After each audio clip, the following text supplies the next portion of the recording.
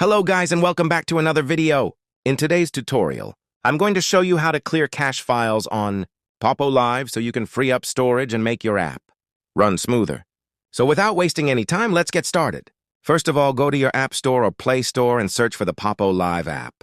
Make sure your app is updated to the latest version so you don't face any issues. Once you've updated the app, simply open Poppo Live. After that, tap on the profile icon located in the bottom right corner of your screen. Now, on your profile page, look at the top right corner and tap on the settings icon. Inside the settings menu, scroll all the way down until you find the clear cache option. Once you see it, just tap on it. That's it.